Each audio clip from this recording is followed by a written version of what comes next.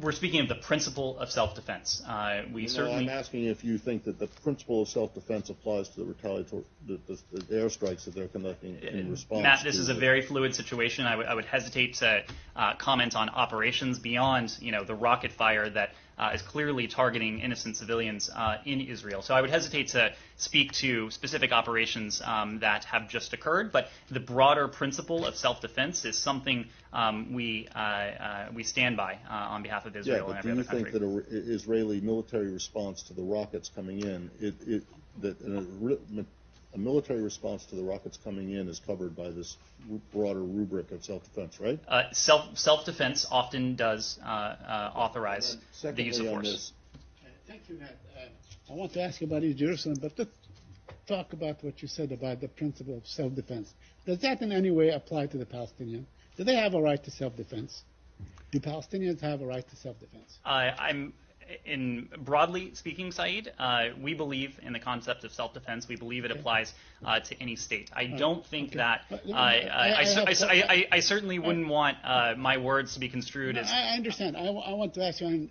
I don't want to harp on this either, but the Israelis killed 13 people just now, including maybe 5 or 6 children. Do you condemn that? Do you condemn the killing of children? Saeed, I'm asking. Do you condemn the killing of Palestinian children?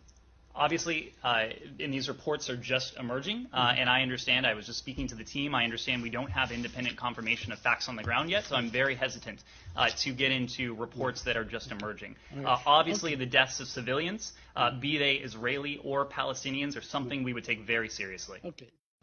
You're going to know as soon as I read what your answer was that there's a big problem with it. You said, well, not a problem, it just doesn't answer the question. We believe that it, meaning the right to self-defense, applies to any state. Well, you see the problem, right? Yes? Do you regard Palestine as a state? I wasn't referring. Do you don't in the context of the ICC and the UN? So are you saying that you do not, if it applies to any state, are you saying that Palestinians don't have a right to self-defense? I was making a broader point, not attached to Israel or the Palestinians in that case. So they do have a right to self-defense. Matt, I'm not in a position to debate the legalities from up here. Our message is one of de-escalation. All right.